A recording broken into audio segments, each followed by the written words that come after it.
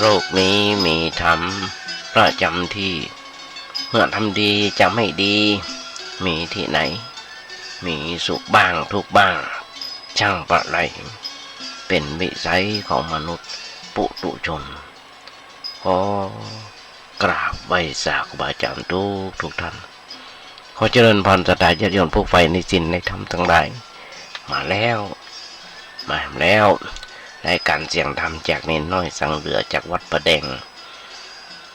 ทั้งนี้โดยการนำของท่านพระครูศิษย์ปริยัติยาพรเจ้าวัดประแดงเจ้าคณะตำบลสุเทพเขต 1เป็นประจำทุกวันปูจาก 10 โมงจนถึง 11 โมงทั้งนี้ญาติโยมทั้งหลายถือมาว่าเบ่งสามเณรสมพงษ์เป็นผู้ดำเนินรายการก็ได้รับความเมตตาจากครูบาอาจารย์หลายผู้หลายท่านด้วยกันได้ความเมตตาดุษมาภาพมาโดยตลอดตั้งแต่เริ่มรายการวันแรก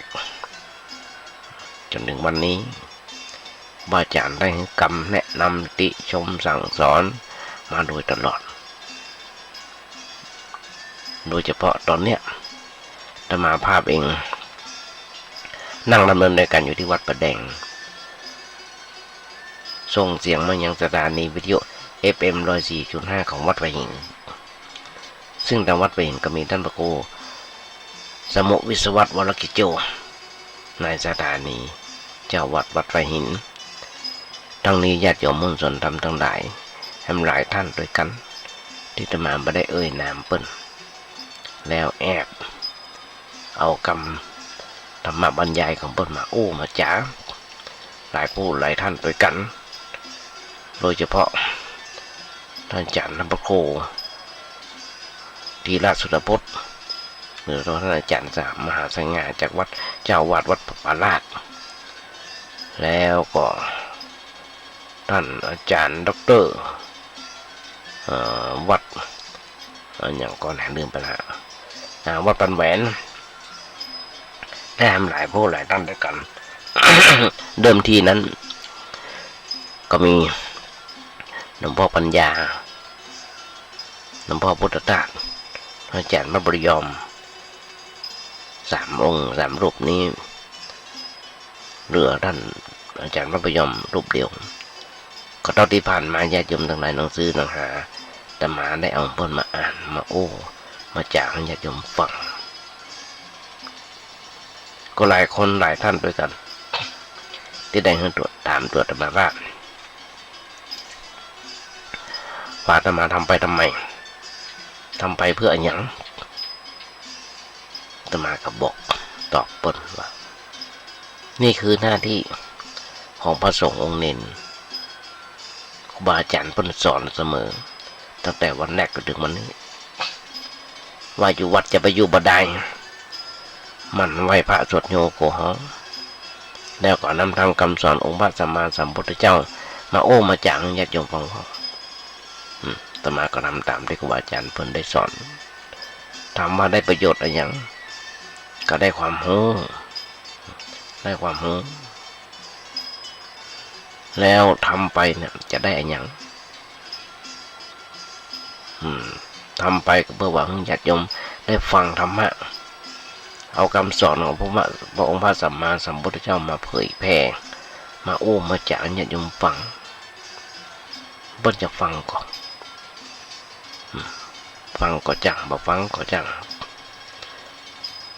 เอากันง่ายๆธรรมะองค์พระสัมมาสัมพุทธเจ้าพระสงฆ์องค์เจ้าครูบาอาจารย์เพิ่นได้บรรยายในประเทศญาติโยมฟังเปรียบเสมือนอาหารตอนนี้ยังไม่หิวเด้อตอนนี้ยังไม่หิวเด้อสักวันหนึ่งเพิ่นหิวพวกคงเอามากินมาใจมาอ่านมาฟังหนังสือหนังหาครูบาอาจารย์นักมีตำนานตำยังต่างๆเปิ้นคงจะมาฟังแล้วเปิ้นคงจะเปิดเข้าไปใน YouTube พอเข้ามา4 โมงแมลงแต่มาจะเอาอันที่บันทึกไว้เก่าๆ ที่ผ่านมาเปิดให้ญาติโยมฟัง4 ชั่วโมงด้วยกันจาก4 โมงมาแรงจนถึง2 ทุ่ม4 ชั่วโมงด้วยกันก็มีวันหนึ่งที่เพิ่นจะเอาไปเปิดฟังเข้าไปใน YouTube อะพิมพ์เข้าไปว่าเนนน้อยสังเหลืองยุคนี้สมัยนี้ญาติโยมทั้งหลายมาภาพเองกล้ามาตันหูตันหันว่าธรรมะของพระสัมมาสัมพุทธเจ้านั้นเดลิเวอรี่ส่งตรงถึงบ้านว่าญาติโยมอยู่ที่ไหนอยู่ต่างประเทศนอกโลกนะฮะประเทศไกลอเมริกาญี่ปุ่นที่ไหนก็จังทำไมมีลูกมีหลานอยู่ต่างประเทศจากญี่ปุ่นพ่องจากอเมริกาพ่องรัฐฟลอริดาเพิ่นเข้าใน YouTube เพิ่นฟังบางคนอยู่ทางจากประเทศไทยก็เขาอยู่ไกลอยู่ปทุมธานีพ่องนนทบุรีพ่องเพิ่นก็ฟังเพิ่นได้คอมเมนต์หรือว่าติชมตามมาโดยเฉพาะคนเฒ่าคนแก่เพิ่นฟังแล้วก็คนที่มีความทุกข์ใจอกหักรักคุดทุดเมินเพิ่นก็ฟังพอเพิ่นฟังแล้วเพิ่นโทรศัพท์มาบอกเพิ่นไลน์มาบอกเพิ่นส่งเมสเซนเจอร์มาบอกว่าดีเป็นอย่างอันอย่างอีนี่คือความรู้ที่อาตมาได้มาเพิ่นได้สั่งได้สอนติเตือนติเพื่อก่อไม่ใช่ติเพื่อทำลายเพิ่มเติมเสริมแต่งสติปัญญาอาตมาภาพอาตมาก็บอกญาติโยมหลายครั้งอาตมาภาพเองหลายๆอย่างที่บ่เคยเรียนรู้ที่บ่รู้อย่างคอมพิวเตอร์ยิ่งทำไปก็ยิ่งแย่ไปติดแม้กระทั่งสุขภาพญาติโยมทั้งหลายบางครั้งบางทีเครื่องมันเสียต้องไหว้วานขอเมตตาจากครูบาอาจารย์โดยเฉพาะท่านพระครูสมุวิศวัตรวรกิจโจคณะพระเป็นเจ้าวาดเมตตามาแปลงมาซ่อมไปส่งซื้อมาติดตั้งมาแปลงมาทดลองตึงวันนี้ส่งเทปไปดูดเอาใจรีโมทมาดูดเอาไปเป็นอันเราญาติโยมทั้งหลายตามภาพมาเป็นมันการทำหลายอันหลายอย่างต้องอาศัยไหว้วานลูกหลานที่เขาเฮียนโฮมาขอเปิดมาแปลงซ่อมแซมอย่างต่างๆก่อนที่จะถึงมือช่างก่อนที่จะถึงมือช่างเขาบอกหัวญาติโยมทั้งหลายเพราะฉะนั้นนี่แหละสิ่งที่เราบอกหูก็ต้องเรียนรู้กันไปครูบาอาจารย์โดยเฉพาะท่านพระครูโอศิปริยัติยพรเจ้าวัดวัดประแดงเป็นผู้เริ่มสอนธรรมภาพตั้งแต่วันแรกจนถึงวันนี้ต้นจะได้ถามสาธุสุขดิบ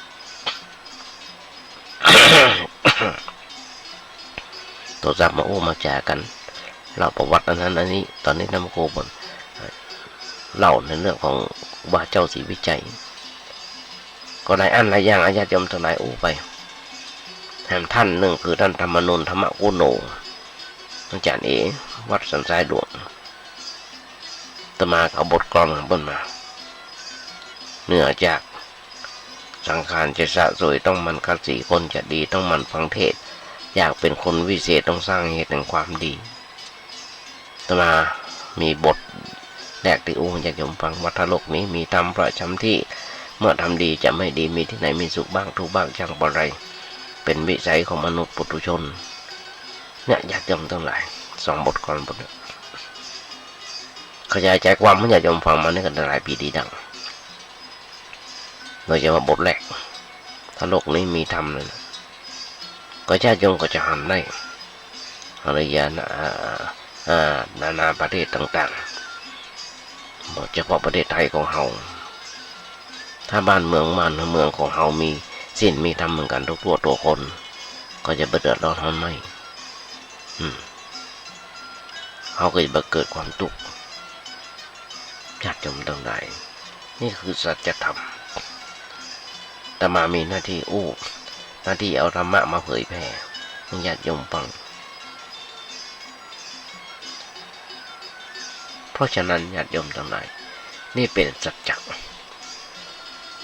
ด้วยความจริงที่พระพุทธเจ้าในกระทั่งร่างกายของคนเฮามันมาเที่ยงฝากความดีเอาไว้กับพื้นแผ่นดินฝากความดีเอาไว้กับญาติโยมอาตมาตายไปแล้วในวันหนึ่งเปิ้นคงเปิ้นก็คงเอาความดีความบดีมาพออาตมาภาพไปครั้งหนึ่งเคยฟังอาตมาภาพเหมือนกันญาติโยมทั้งหลายอาตมาภาพก็เอาของหลวงพ่อปัญญาหลวงพ่อพุทธทาสบาอาจารย์ต่างๆโดยเฉพาะท่านพระโกอย่างก็ได้วัดเวียงกระเปามหาสัตว์นรินทร์โทตั้งแต่วันแรกจนถึงวันนี้ ธรรมะของพระพุทธเจ้าเป็นสัจธรรมเป็นสัจจะพระพุทธเจ้าบรรลุสังขารนั่งปวงมันมาเที่ยงก็เรื่องมาเที่ยงแต่ญาติโยมทั้งหลาย40ลืมหน้า50ลืมหลังอาตมาภาพเองนะถึงหลัก6ถึงหลัก6มาปลายแล้วก็เป็นนะเดี๋ยวเจ็บพันเดี๋ยวเจ็บนี่จะละสังขารเมื่อใดก็ยังไม่รู้เรื่องคนเฮาหูวันเกิดบ่ฮู้วันตายแต่เมื่อให้ใจดังยังทราบก็สร้างความดีกันต่อไปขยายใจความในเรื่องของบทกลที่นำมาในสังขารทั้งหมดทั้งมวลมันบ่เที่ยงสังขารทั้งหมดทั้งมวลมันเป็นทุกข์ทำทั้งหลายทั้งปวงเป็นอนัตตาอันเนี้ยเป็นหลักที่พระพุทธเจ้าพูดไว้แน่นอนเมื่อมีความเปลี่ยนแปลงเป็นอย่างอื่นทีนี้เราบอกเข้าใจในความจริงของสิ่งเหล่านี้มีมาน้อยเมื่อบอกเข้าใจในสิ่งที่เราบอกเข้าใจในสิ่งเนี้ยเราก็ไปยึดไปถือยึดมั่นถือมั่นว่าสิ่งเหล่านั้นสำคัญผิดว่ามันจะเป็นไปตามที่ใจของเราปรารถนามันบ่เที่ยงแต่เรานึกว่ามันเป็นเหตุให้เกิดความสุขเป็นเหตุให้เกิดความสบายมันมีอย่างที่ห้องว่าเป็นเนื้อแท้ แต่เราไปคิดว่ามันเป็นสิ่งที่เที่ยงแท้ถาวรอันนี้คือความเข้าใจผิดในจิตใจของเราแล้วเราเข้าไปเกาะจับสิ่งนั้นเกาะจับสิ่งนั้นไว้ด้วยความหลงผิดด้วยความเข้าใจผิดจิตเราก็มีปัญหาเกิดความทุกข์ความเดือดร้อนเรื่อยไปเพราะฉะนั้นสิ่งหลายสิ่งหลายอย่างที่เราเข้าไปเกี่ยวข้องถ้าเราเข้าไปเกี่ยวข้องกับสิ่งเหล่านั้นมันมีปัญหาด้วยหัวใจปัญญาด้วยมีปัญญาเราก็เข้าไปเกี่ยวข้องอย่างเป็นทุกข์ถ้าเราเข้าไปเกี่ยวข้องด้วยปัญญาเราก็มีความทุกข์ทั้งใจนั่นคล้ายๆกับว่าเราจะต้องไปจับถ่านไฟแดงถ้าเราเข้าไปจับมันไปยุบมันไม่นิดไม่น้อยมันไม่นิดไม่น้อยแต่ถ้าเราจับบ่จังมันก็ไม่เอาหนักถ้าเราไปจับมันถึง5 นิ้วมันก็จะไหม้มือเราถึง5 นิ้วไปยุบว่า5 นิ้วมันก็ไหม้ถึงเราถึง5 นิ้วแต่เราโหว่ามันร้อนแต่จะยุบจะจับทานไฟนั้นเราก็กำเพียงแค่2 นิ้วหรือประจำเป็นหรือถ้าไปยุบแค่2 นิ้วมันก็จะเคลียร์มันออกไปไฟนั่นมันก็บ่ไหม้มือเรา มือเฮาบ่ถูกไหมเฮาได้รับความปวดร้าวจิตใจต่อไปฉันได้เรื่องอะไรอย่างก็จังในชีวิตของเฮาเนี่ยก็เหมือนกันจะเป็นเรื่องลาภหรือเรื่องยศคำสรรเสริญเยินยอเรื่องความสุขความสบายก็ว่าเรื่องของเสื่อมลาภเสื่อมยศได้รับนินทาว่าหายจากคนนั้นจากคนนี้มีความทุกข์เกิดขึ้นในจิตใจของเฮาสิ่งเหล่านี้ในทางภาษาพระบนธรรมว่าเป็นโลกธรรมเป็นธรรมที่ปรากฏอยู่ในโลกตลอดเวลาเปรียบเสมือนคล้ายๆกับลมกับแดดที่มีปรากฏอยู่ตามธรรมชาติตอนนี้มันมาตามธรรมชาตินะนั่นคือโรคโควิดป่านปอยังมีโรคอีโบลาแล้วมีโรคอีโบลาก็มาชาติยมเลยลองคิดโดยสักหน่อยตึกว่าคนเฮาเนี่ยมันต่างปรารถนาให้เกิดสิ่งดีขึ้นในชีวิตทั้งนั้นอ่ะเช่นมึงได้โจกได้ลาภเกียรติยศชื่อเสียงประสบความสำเร็จการงานก้าวหน้าเป็นต้นแต่สิ่งเหล่านี้มันไม่ใช่หลักประกันแห่งความสุขที่แท้เพราะแม้ได้มาแล้วก็ยังเป็นทุกข์ได้มันจะว่ามันจะมีความสุขเสมอไปเช่นถ้าได้น้อยกว่าคนอื่นก็บ่พอใจหรือถึงจะร่ำรวยเพียงใดก็บ่จะว่าจะบาแก่บาเจ็บบาตายหรือบ่สูญเสียคนรักความสุขที่แท้มันขึ้นอยู่กับการวางใจอย่างถูกต้องถ้าวางใจเป็นบอกว่าใครจะได้นักกว่าเฮาก็ยังมีความสุขเพราะอย่างเพราะพอใจในสิ่งที่มียินดีในสิ่งที่ได้และแม่จะตอนเนี้ยนะ ตอนเนี้ยยกโควิดเข้ามามันจะประสบความผันผวนปนแปรอย่างใดในชีวิตอย่างใดก็บ่หวั่นไหวใจเป็นปกติเพราะรู้ดีว่ามันเป็นธรรมดาของชีวิต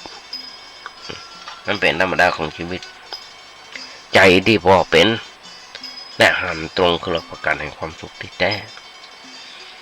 ญาติโยมมุ่งส่วนธรรมทั้งหลายเฮามาสามารถบงการให้มีสิ่งดีๆเกิดขึ้นกับชีวิตของเฮาได้ตลอดเวลารวมทั้งบ่สามารถควบคุมให้สิ่งแวดล้อมเป็นไปตามใจของเฮาได้เพราะฉะนั้นสิ่งร้ายๆสามารถเกิดขึ้นกับเฮาได้เสมอเช่นถ้าเฮานะสามารถวางใจได้อย่างถูกต้องแบบว่าอะไรอย่างจะเกิดขึ้นก็บ่อาจทำให้เฮาเป็นทุกข์ได้สำคัญที่สุดคือเฮาดูแลรักษาใจให้ดีย่ำมาวันกว่าว่าจะมีอย่างเกิดขึ้นแม้มีเหตุร้ายเข้ามากระทบก็บ่ปล่อยให้มันกระเทือนถึงใจตั้งยังสามารถหาประโยชน์จากมันเพื่อเปลี่ยนร้ายให้กลายเป็นดีได้อันนี้ญาติโยมลองคิดก่อนเถอะคนเราทุกเมื่อทุกวันลองคิดก่อนว่าถ้าเฮาว่าเป็นทุกข์เพราะอย่างเป็นทุกข์เพราะอย่างเป็นทุกข์เพราะอย่างเพราะคนเฮาเมื่อออกจากบ้านเหือนจากบ้านจากเหือน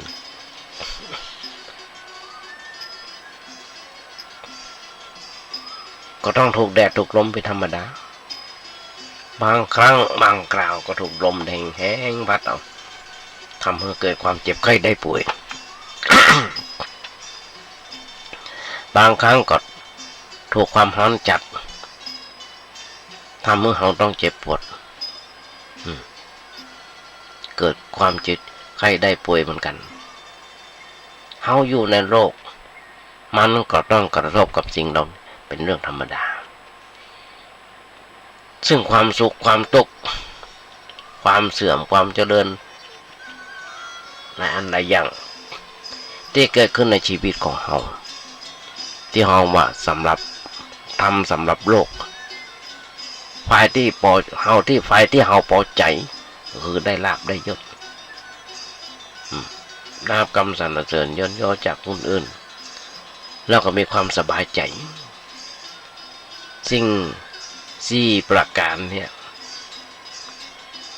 เป็นฝ่ายที่ห้องว่าอิทธารมภาษาบาลีพวกเขาอิทธารมคือเป็นอารมณ์ที่น่าพอใจเราอยากได้เป็นที่เราอยากได้แต่ว่าการเสื่อมลาภเสื่อมยศถูกนินทาว่าร้ายถูกนินทาว่าร้ายมีความทุกข์ทางกายทางใจสิ่งนี้เราบ่ต้องการเพราะมันทำให้เราประสบปัญหาแต่ว่าทั้งที่เราบ่ต้องการ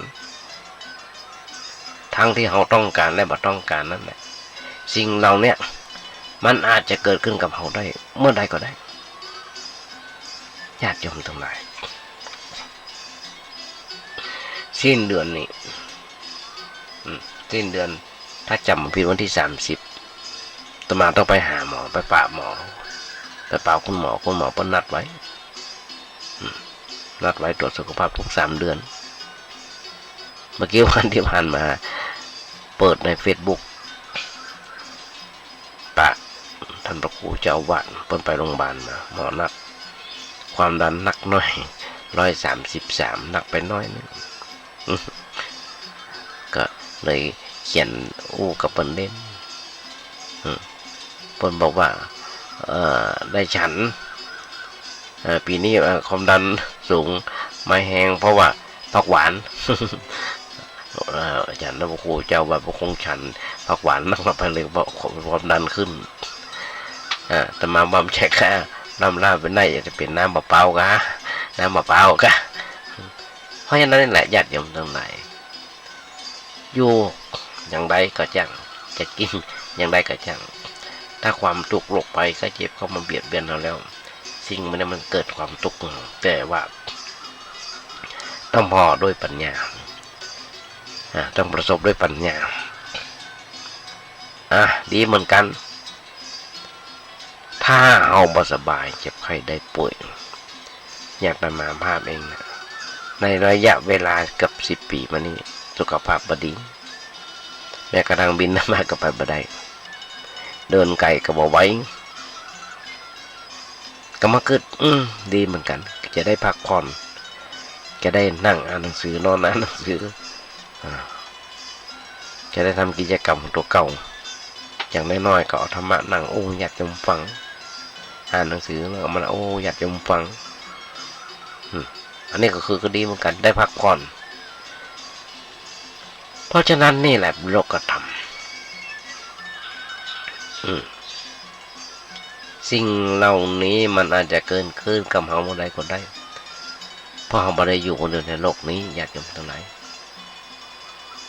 การเสื่อมลาภเสื่อมยศถูกนินทาว่าร้ายมีความทุกข์ตั้งใจตั้งกายตั้งใจสิ่งเหล่านี้บ่ต้องการไผบ่ต้องการเพราะมันทำให้เราประสบปัญหาแต่ว่าทั้งที่เราบ่ต้องการอย่างเดียวทั้งที่เราต้องการ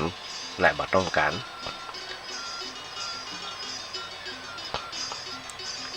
นั่นแหละสิ่งเหล่านี้มันอาจจะเกิดขึ้นกับเราเมื่อใดก็ได้ เพราะเราไม่ได้อยู่ในโลกนี้คนเดียวญาติโยมทั้งหลายเราอยู่ในครอบครัวมีพ่อมีแม่มีพี่มีน้องมีญาติที่เราต้องมีญาติที่เราเกิดความคุ้นเคยมีความรักใคร่เอ็นดูมีความสนิทสนมกันก็อาจจะใครคนใดคนหนึ่งไปจากไปก่อนจากเราก่อนเช่นพ่อแม่เช่นแม่จากไปพ่อจากไปเพราะว่าหรือว่าลูกอาจจะตายก่อนเขา จะตายไปก็ได้ อันเนี้ยเป็นเรื่องที่เกิดขึ้นแก่เขาเป็นธรรมดาเขาหนีบ่พ้นและเมื่อมันเกิดขึ้นก็อาจทำให้เขาเกิดความทุกข์ตักวนกระวายบ่สามารถบ่สบายทางจิตทางใจเสียดมเสียได้ด้วยประการต่างๆญาติโยมทั้งหลายญาติมาบ้าเองมีพี่สาวอยู่2-3 คน2 คนคนโตตอนนี้ได้อายุ68ไปอยู่ต่างประเทศอยู่รัฐฟลอริดาก็หาติดต่อกันได้สักปี2 ปีพอหายไปเมินอย่างน้อยๆ30 ปีหลังจากที่เพิ่นไปมาบ้านเนี่ย2 เดือนตอนนั้นแม่ยังมีชีวิตอยู่จากนั้นไปกับมันสัก30 ปีเพิ่นมาครั้งหนึ่งแต่มาได้เจอถ้าจำมาผิดตอนนี้เพิ่นได้จากมาไปแล้วไปเมื่อเดือนกันยาตุลาที่ผ่านมาปี2563ไม่ได้หันหน้าหันตาไม่ได้ไปงานศพญาติโยมทั้งหลายทำพิธีศพแบบฝรั่งก็คือฝังเพราะสามีเปิ้ลเป็นคนเป็นคริสต์กับสามีเปิ้ลก็ตายไปแล้วเหลือตัวคนเดียวทำพิธีแบบนั้นแต่ว่าพี่น้องพ้องไปญาติเปิ้ลของเปิ้ลก็เป็นคนไทยเป็นคนเมืองเขาเปิ้ลก็นิมนต์ทุกเจ้าเพราะว่าพี่ไปเข้าทำบุญสุนทานที่วัดที่ต่างประเทศก็มีพระสงฆ์องค์เจ้ามาช่วยสวดช่วยอย่างอย่างโทรศัพท์ยังได้วิดีโอคอลอู้กันอยู่วิดีโอคอลพอเปิ้ลเดี๋ยวได้วิธีกรรมของเปิ้ลจะได้เอาไปลบไปนะ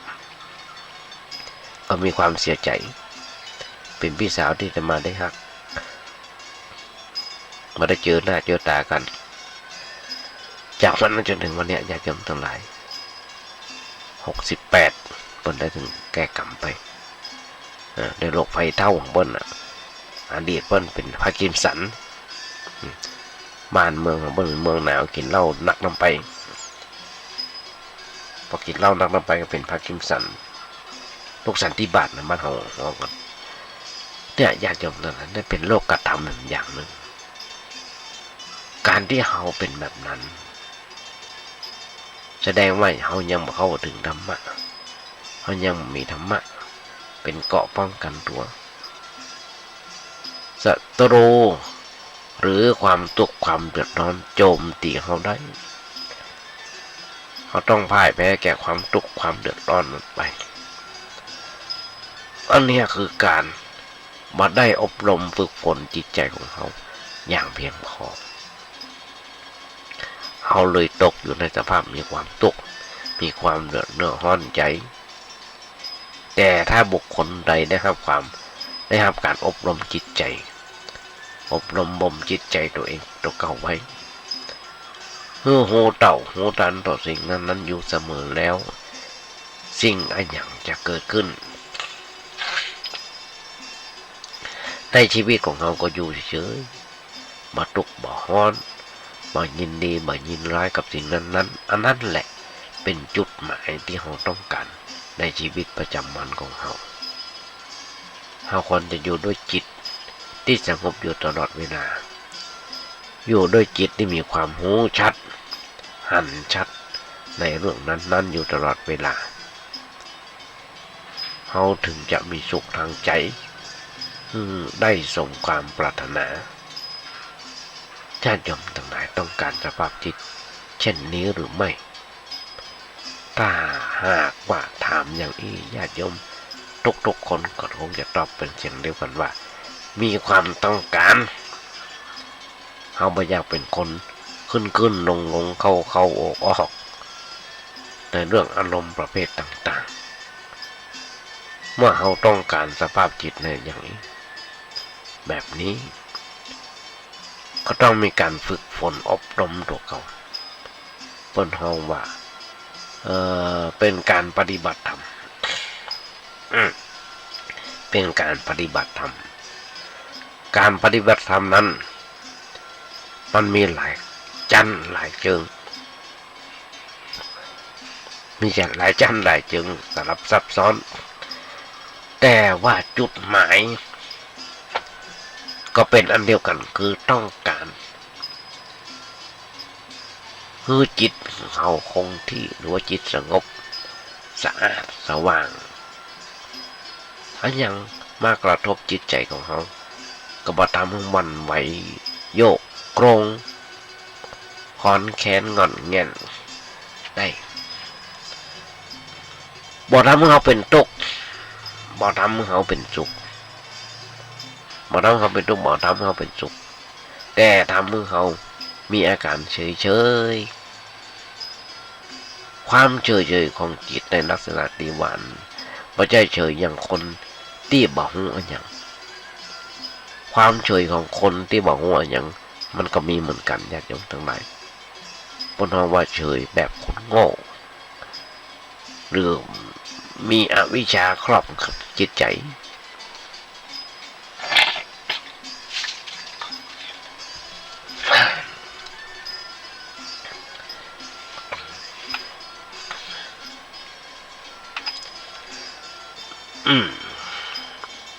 ครอบงำจิตใจ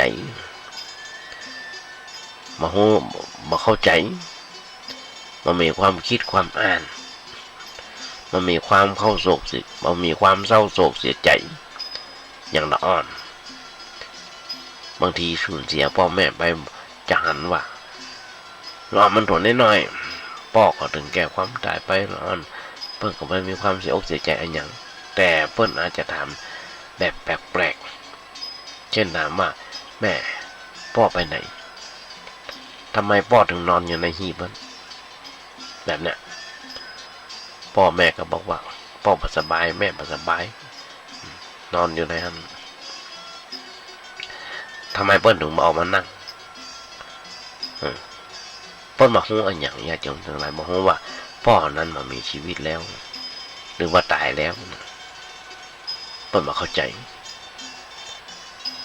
เวลาเอาพ่อขึ้นบนเชิงตะกอนหรือเอาพ่อขึ้นบนเมนบางทีเปิ้นก็ถามแม่ยังมีชีวิตอยู่ว่าแม่ทำไมพ่อเอาพ่อไปเผาล่ะพ่อบอกฮ้อนกะอย่างเนี้ยเป็นตัวอย่างญาติโยมทั้งหลายนั่นเป็นความรู้สึกของละอ่อนตัวน้อยๆซึ่งยังบ่เข้าใจเรื่องของชีวิตตามสภาพที่มันเป็นอยู่จริงๆเปิ้นบ่ฮู้เปิ้นมีความรู้สึกเป็นทุกข์ฮ้อนนะเปิ้นนอนเล่นไปก่อนอะไรธรรมดาของเปิ้นไป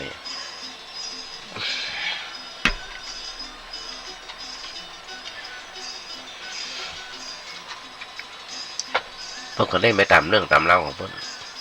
นำมาภาพหันเพิ่นในส่งในตามใน Facebook มีคนบ่เต็มเต็งน่ะว่าเฮากันว่าคนบ้าผีบ้าได้ยินเสียงเพลงกระจังมันได้ยินเสียงเพลงกระจังเต้นบิดของเพิ่นโอ้ยเพิ่นมีความสุขของเพิ่นตอนมาก็มันนึกว่านี่ความสุขที่แท้ความสุขที่แท้อยากกินก็กินอยากเล่นก็เล่นบ่สนใจเรื่องเสื้อผ้าบ่สนใจเรื่องการอาบน้ำมีหัวตาหัวปะแป้งบ่ต้องเดือดร้อนอย่างนั้นมาทำอันตรายภัยมีความสุขของมันไปวันๆญาติโยมทั้งหลาย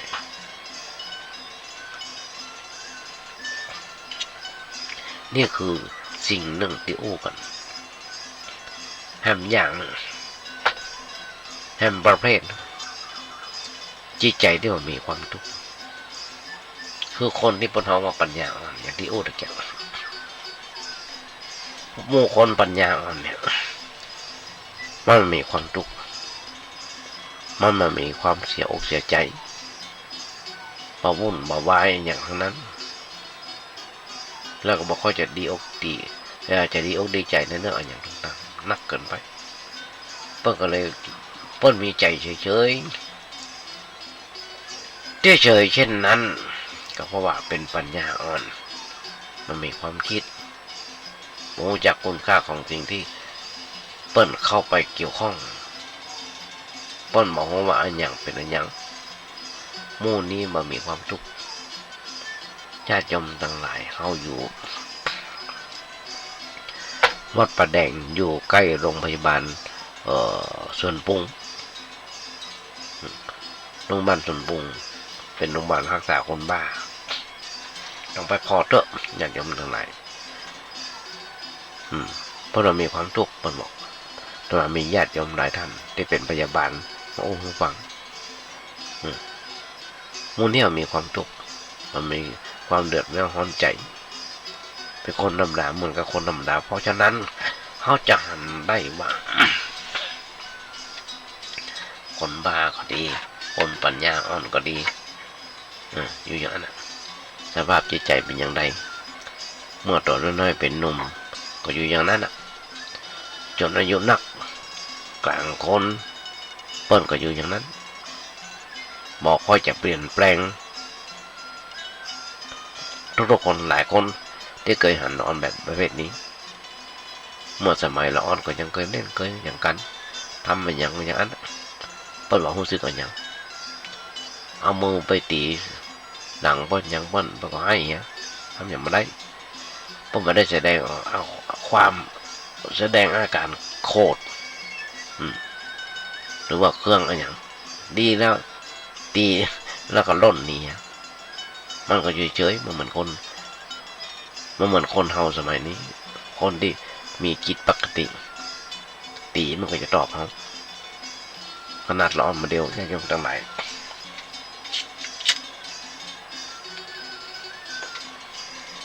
แค่พอหน้ามาแล้วก็จะฆ่ากันตีกันตายละฆ่ากันตายละหันอยู่อย่างตะวันมันซื่นเอารถเข้าไปเติมน้ำมันหาว่าร้อนเติมน้ำมันเพื่อพอหน้ามันเข้าไปตบเปิดตีเปิดจะมีเรื่องมีเล่าอย่างตะวันมันซื่นตั้งจำผิดตั้งจังหายตั้งอย่างเนี้ยจำไม่ได้ละมีงานฉลองพระป่าหาเงินพระป่าทำหาเงินเข้าในมูลนิธิมีพระป่ามีอย่างเปิดเพลงเสียงดังก็เลยอย่างที่ว่านะยุคนี้สมัยนี้เป็นยุคเทคโนโลยีเพิ่นก็ไปถ่ายวิดีโอแล้วก็โพสต์ลงในเฟซขอเสียงเบาๆหน่อยในอย่างต่างๆกระบุกเข้ามาทำร้ายร่างกายเพิ่นจนเป็นเรื่องเป็นราวกันนะญาติโยมทั้งหลายบางครั้งมันจิตปกติมันเป็นแบบนี้หรอกเพราะฉะนั้นดีแล้วถ้าเป็นอย่างนั้นก็คุ้นเครื่องกันแล้วบางทีมันก็วิ่งทำมันอย่างก็จะเกินไปมาทำมันก็มาทำมาทำก็มาทำหมู่เนี้ยเป็นหมู่ที่มีความยึดมั่นถือมั่นน้อยเหมือนกับคนเหมือนกันแต่ที่บ่ยึดถือพอบอกหูสิ่งนั้นสิ่งนี้ว่ามีคุณค่าอย่างที่นี้หาว่าว่าคนมีจิตใจเป็นปกติคือว่าสิ่งทั้งหลายและสิ่งหลายอย่างมันเป็นปกติมีความรู้มีปัญญาเป็นปกติก็ย่อมจะดีความคิดแบบนี้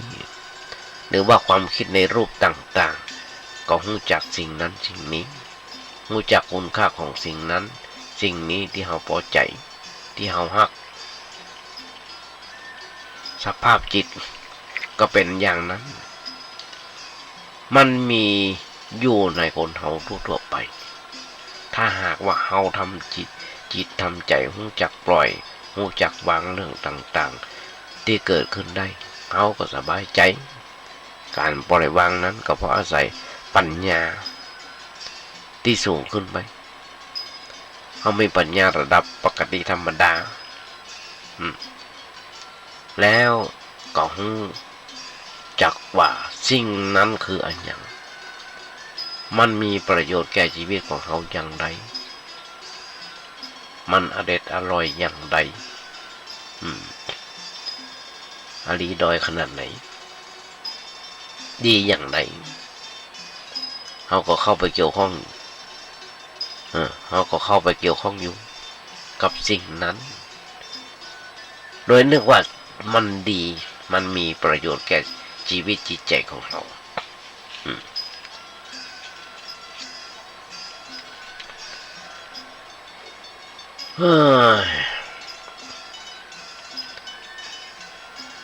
เพราะฉะนั้นญาติโยมผู้สนธรรมทั้งหลาย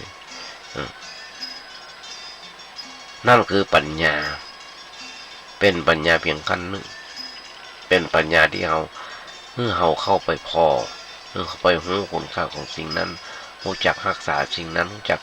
ใจสิ่งนั้นเอาสิ่งนั้นมาเป็นประโยชน์ของตัวปัญญาอย่างนี้มันก็เป็นปัญญาเป็นเรื่องธรรมดายังประสงค์อะไรอย่างแต่ว่าเขาศึกษาทำความเข้าใจแล้วก็มีปัญญาตัวสูงขึ้นไปนั้นญาติมาบอกเคยบอกญาติโยมทั้งหลายว่าถ้ามาสวดมนต์ทำวัดสวดมนต์เย็นสวดมนต์เช้าทำวัดเช้าอะไรอย่างนั้นเปิ้ลจะบอกมีบทหนึ่งว่าคู่แห่งบุรุษ4 คู่นับเรียงตัวบุรุษได้8 บุรุษก็บอกเข้าใจเพราะที่สวดนั้นเป็นภาษาบาลีคู่แห่งบุรุษเป็นอย่างไรบอกเข้าใจถามหลายคนถามหลายท่านผู้รู้หลายท่านด้วยกันเปิ้ลอธิบายให้บอกเข้าใจบังเอิญมีอยู่วันหนึ่งมีมหา4 ประโยค 5 ประโยคจำผิดซึ่งเป็นอ่อนโยอายุเนี่ยสาวปลายน้อยๆปัญหามหา4-5 ประโยคเก่งก็เลยถามเพิ่นถามแบบคนโง่ถามแบบคนบอกงูแต่เปิ้ลอธิบายฟังแต่มานึกเข้าใจตอนนั้น ถามครั้งนั้นถามในท่ามกลางที่ประชุมชนที่ชุมชนไม่ใช่ที่ชุมชนว่าในหมู่คณะไม่ได้ถามเพื่อตัวเก่าด้วยถามเพื่อทุกคนด้วยแม้กระทั่งท่านพระครูเจ้าวาดก็อยู่ได้ความรู้ญาติโยมทั้งหลายมาได้ลองภูมิเปิ้ลขอความรู้เปิ้ลจริงๆซึ่งอายุเปิ้ลต่างกันธรรมภาพเป็นพ่อเป็นลูกกันได้เปิ้ลตอบธรรมภาพธรรมาก็มาเข้าใจตัวเก่ายังเรียนแค่ประถมจะไปรู้ในเรื่องของด็อกเตอร์เป็นไปไม่ได้เปิ้ลเรียนระดับด็อกเตอร์ถ้าเขาเรียนถึงระดับด็อกเตอร์ก่อนเขาถึงจะรู้โอเคเข้าใจเพราะฉะนั้นนี่แหละญาติโยมตรงไหนเขาต้องค่อยรู้ค่อยเรียนกันเข้าไปเพราะฉะนั้นตมาถึงว่าปัญญาอย่างเนี้ยมันเป็นปัญญาธรรมดาที่ยังมาสู่มากับว่าญาติโยมฟังธรรมดามาเอาอย่างที่แบบสูงมาญาติโยมทั้งหลายเพราะว่าจริงที่ต้องเข้าใจแล้วก็ตอบญาติโยมได้ที่เป็นต้นมีปัญหาอันที่บอกฮู้ก็คือบอกฮู้ก็จะแปะไว้ก่อนถามครูบาอาจารย์นะอย่ามาตอบญาติโยมฟังแน่เป็นแบบนี้มาตลอดญาติโยมแต่เขาต้องศึกษาต้องทำความเข้าใจแล้วก็มีปัญญาสูงขึ้นไปกว่านั้นปัญญาในแง่ที่ว่าเนี่ยจริงเราเนี่ยแม้จะดีจะเป็นประโยชน์จะล้ำอย่างไรก็จังจะอริโดยแรงจังที่บอกและมันก็บ่มีอะไรอย่างที่ห้องว่าเป็นเนื้อแท้โดยในตัวของมันเองมันเกิดขึ้นไหลไปตามอำนาจของการปรุงแต่งแล้วผลที่สุดมันก็ดับไปอันเนี้ยเป็นปัญญาสูงขึ้นไปเป็นปัญญาประเภทที่ห้องว่าเกิดจากการเพ่งพิจารณาในทางพระพุทธศาสนาของเขานั้นสอนเขาอย่างลึกลงไป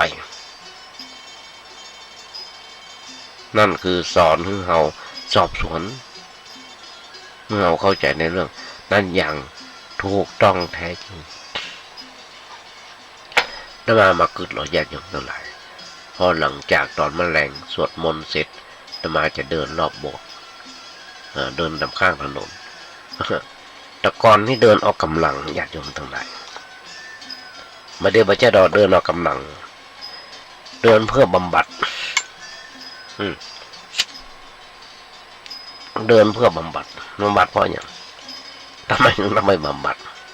ก็อย่างที่บอกเส้นเอ็นขาข้างขวามันยึดมันตึงอะมันนวดก็แล้วยังก็แล้วทาน้ำมันอย่างไรก็แล้วดีสักเกินชั่วโมงหรือชั่วโมงแค่นั้นเองเป็นธรรมดาเพราะฉะนั้นหลายปีดีดังนี้ไปไหนไม่ค่อยได้ไปไหนเดินทางไกลไหนไม่ค่อยได้ แล้วผลที่สุดมันก็ดับไปอย่างที่บอกอันเนี้ยเป็นสัญญาณขั้นสูงเป็นปัญญาสูงขึ้นไปเป็นปัญญาประเภทที่ฮ้องว่าเกิดจากการเพ่งพินิจพิจารณาญาติโยมส่วนดันทั้งหลายในทางพระพุทธศาสนาของเขานั้นสอนเขาอย่างนึกลงไปอย่างที่บอกสอนเขาสอบสวนเมื่อเขาเข้าใจในเรื่องนั้นอย่างถูกต้องแท้จริงซึ่งมีกรรมโอ้ของพระพุทธเจ้าเปิ้นบอกว่าในมหาปรินิพพานสูตรในธรรมนี้ในสูตรเนี้ยพระเจ้าว่าภิกษุทั้งหลายเมื่อเธอได้รับฟังสิ่งใดได้เห็นหูเรื่องอันอย่างจะไปขัดคอเพิ่นหรือว่าอยากรับเอาเรื่องนั้นว่าเป็นเรื่องที่ถูกต้องทันทีเมื่อเธอต้องเอามาพิจารณาอย่างซาบซึ้งสอบสวนทวนความรอบคอบเพื่อให้เกิดการหันชัดในเรื่องนั้นอย่างถูกต้องและแท้จริงต้นใจสับวังสาเลตพาสาเลตพังโอสาเลตพังเป็นกรรมที่เตือนใจพุทธบริษัทว่าคิดอย่างรอบคอบพอทุกแง่ทุกมุมในเรื่องนั้นแล้วก็ยังลงไปให้ลึกถึงเนื้อแท้ของสิ่งนั้นอย่ามองแต่สิ่งผิวอย่ามองแต่เพียงผิวเผินอย่าหันแต่เปลือกผิวภายนอกแล้วจะลงมติว่าเป็นของน่าฮักน่าพอใจอย่าไปคิดง่ายๆอย่างนั้นหรือว่าน่าเกลียดน่าชังน่าบั่นน่าพอใจอย่าไปคิดง่ายๆอย่างนั้นแต่ว่า ต้องคิดลงไปให้มันลึกซึ้งในเรื่องนั้นตามสภาพที่มันเป็นอยู่จริงๆญาติโยมทั้งหลายอย่างหลักการที่เป็นหลักการที่ประเสริฐแต่ใจได้ทุกแง่ทุกมุมเพราะว่าเขาจะประกอบกิจกรรมจะกรรมได้การงานในทางโลกธรรมทางโลกทางธรรมจะสร้างชีวิตจิตใจให้ใจได้ทั้งนั้นเช่นคนทำการทำงานในชีวิตชาวบ้านทำมาค้าขายข้าราชการหรือว่าทำงานอันอย่างที่เป็นอาชีพก็ตามถ้าเข้าใจหลักตึงรองประเภทนี้เป็นหลักประกอบคือเมื่อมีอันอย่างเกิดขึ้นก็คิดมันท่องแท้แน่นอนในเรื่องนั้นคิดลงไปลึกซึ้งในเรื่องนั้นหันชัดว่าเรื่องนั้นที่เกิดนั้นมันเรื่องอะไรอย่างมันเรื่องอะไรอย่างมันมีมูลฐานมาจากอะไรอย่างแล้วก็จะเกิดอะไรอย่างขึ้นต่อไปจากเรื่องนั้นพอหันชัดแจ่มแจ้งแล้วก็พอลงไปมันลึกซึ้งแทงตลอดสิ่งนั้นอย่างถูกต้องเขาก็จะเป็นคนบางงมงายมาเชื่ออันอย่างง่ายๆญาติโยมเขาจะหันทุกเปิ้ลทุกหลอกทุกต้มกันมาน้อยหนึ่งเล่นแชร์บนห้องมาแชร์ลูกโซ่อย่างนั้นหันเดือดร้อนไม้กันทุกวันเสียหายกันเป็น10 ล้าน20 ล้านแต่ละคนบางคนเป็น หมื่นหลักแสนบางคนเป็น10 ล้าน20 ล้านทางที่เจ้าหน้าที่บ้านเมืองเปิ้นก็บอกมาห้ามมาปรามแล้วก็ยังไม่เชื่อเด้อยังไม่เชื่อเด้อมันเริ่มจากในคนใกล้ชิดของเราเองชักชวนกันอย่างต่างๆหันได้ยกทุกเมื่อเจ้าวันญาติโยมทั้งหลายคนวันนี้มาได้เอาธรรมะมาใจมาจ่ายมาอบรมบ่มนิสัยใจคอบ่เข้าวัดบ่ได้เข้าวัดเข้าวางเถอะบ่ได้เข้าวัดบ่ได้เข้าวางบ่ได้อาบน้ำฟังธรรมเพราะฉะนั้นนี่แหละเอาถึงรับผลระกรรมเดือดร้อนฮ้อนไหมเพราะฉะนั้นฝากไว้กับสถานญาติโยมทั้งหลายโดยทางท้ายรายการเนี่ยธรรมาภาพได้เป็นบทกลอนว่าถ้าโลกนี้มีธรรมประจำที่เมื่อทำดีจะไม่ดีมีที่ไหนมีสุขบ้างทุกบ้างช่างปานใดเป็นวิสัยของมนุษย์ปุถุชนก็ขยายใจความญาติโยมฟังแบบนี้ก็หวังใจเป็นอย่างยิ่งว่าวันนี้ญาติโยมคงได้อายังมานักก็น้อย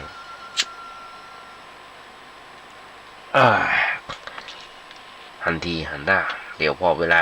ก็ต้องจากกันไปต้องเอารายการนี้จากไปก่อนเอาไว้วันต่อไปก็มาจากกันลืมว่าจะเอาเรื่องความเชื่อของทางคนบ้านเราความเชื่อในบ้านทางภาคเหนือของเขาเชื่อในเรื่องวันดีวันเสียอย่างนั้นเขาจะมานับกันนี่60เสียงการวันเดียวแข่ง5-9จะที่กับจัน8-4จะสุกกระปุกอย่างนี้นะวันจมวันฟูอย่างนี้ลืมว่าจะมาอย่าจะฟังมาเจ้าลืมกรอบมาเหลียวพอเวลาจะมองจะละต้องนำรายการนี้จากญาติโยมไปก่อนและท้ายรายการวันนี้ก่อนที่จะนำรายการนี้จากไปก็ขอเอางานบุญงานกุศลมามาเอิ้นญาติโยมทั้งหลายได้ฟังกันซึ่งทางวัดประแดงของเราตอนที่ผ่านมาท่านพระครูเจ้าวาดพร้อมกับคณะสัตยากรรมการญาติโยมทั้งหลายได้ช่วยกันไปกันแปลงซ่อมแซมเสนาสนะเสร็จสำเร็จรุ่ร่วงไปหลายอันหลายอย่างแต่ตอนนี้ยังเหลือบันไดนาคกับผนังกั้นน้ำไหลเมื่อน้ำมันไหลไปโตเอาถนนทางเสียน้ำไหลไปทำเข้าบ้านเขาจองของเจ้าบ้านจะมีการแปลงบันไดนาคตอนนี้ญาติโยมทั้งหลายกำลัง ถึงว่ากำลังปรึกษาหารือกันตั้งคณะวิศวกรรมเปิ้นได้รับตกปากรับคำว่าจะต้องมีการออกแบบกันใหม่ตอนนี้ทางคณะวิศวะมีการเปลี่ยนแปลงหรือว่าโอนย้ายทายเปลี่ยนครับอธิการท่านใหม่เข้ามาอยู่อธิการท่านเก่าก็ฝากงานไว้ซึ่งเกษียณไป